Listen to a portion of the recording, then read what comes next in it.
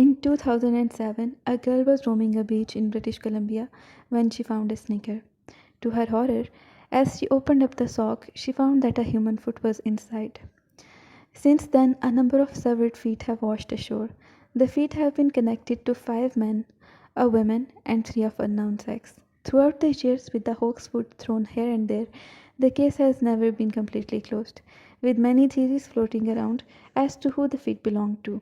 The Vancouver police managed to identify one foot in 2008, matching its DNA to a man who was described as suicidal. They were later able to match 2 other feet to a woman who was also believed to have committed suicide.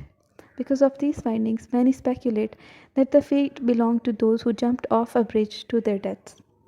However, because of the rarity of only feet and no other body parts showing up, some believed that the feet were connected to a plane crash by a nearby island. Others suggest that they were those of the victims of the Asian tsunami in 2004, since the make of the shoes were all manufactured before 2004. Whatever sources these feet are coming from, they have left the world baffled for years. It all started in 1972 when a dog brought home a decomposed forearm.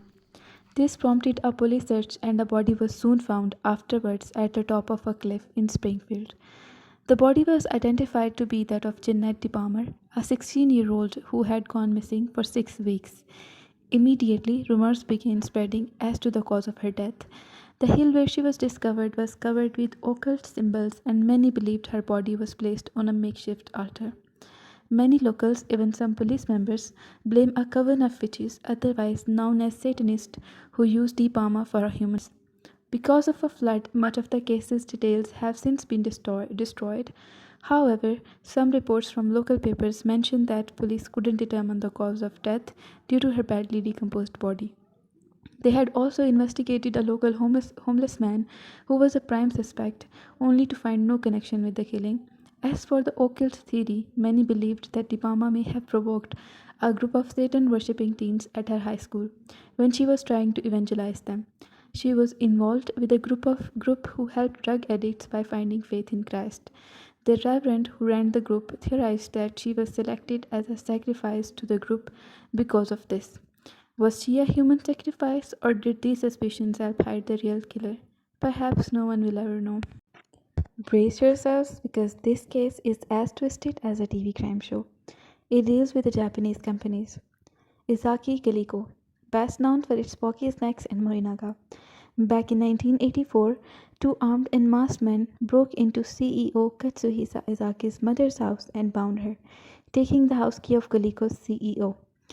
Entering his house, they also tied up his wife and daughter. Mrs. Izaki attempted to negotiate money with the men, but they were after something else. Cutting off the telephone cords, they raided the bathroom where Izaki and his other 2 children were hiding. They abducted Izaki and held him hostage at a warehouse. They issued a ransom for 1 billion yen and 100 kilograms of gold bars. Their plan were discovered when Izaki managed to escape 3 days later. A few weeks later, just when the company thought it had escaped extortion, vehicles in its headquarters parking lot were set on fire. Then a container with hydrochloric acid and a threatening letter addressed to Glico were found in Ibaraki, where the warehouse was located. This began a string of letters from a person or a group that dubbed itself the Monster with 21 Faces, named after a villain in a Japanese detective series. The letter threatened the company's products, claiming that their candies were laced with potassium cyanide soda. Glico was forced to pull the products off the shelves, resulting in $21 million loss and the layoff of 450 part-time workers.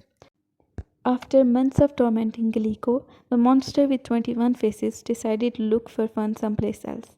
Their final letter towards the company read, "We forgive Glico."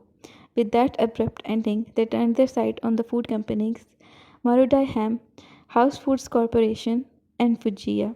In exchange of stopping their harassment towards Marudai, one of its employees was to hand them ransom money on a train. That was when an investigator who disguised himself as an employee saw the prime suspect, known as the Fox-Side Man. The man was well built, his hair cut short and permed, with eyes like those of a fox. After dropping the ransom as instructed, he and another investigator attempted to follow the Fox-Side Man, only to lose him. They would get a second chance later on, but he again evaded them. After continuing harassment towards the police, a year later, Police Superintendent Yamamoto committed suicide by setting himself on fire, ashamed of his failure to capture the Fox-eyed man. 5 days following the death, the monster with 21 faces sent his final letter to the media. Yamamoto of Shiga Prefecture Police died. How stupid of him. We've got no friends or secret hiding place in Shiga. It's Yoshino or Shikata who should have died. What have they been doing for as long as 1 year and 5 months? Don't let bad guys like us get away with it. There are many more fools who want to copy us. No career. Yamamoto died like a man, so we decided to give our condolence. We decided to forget about torturing food making companies.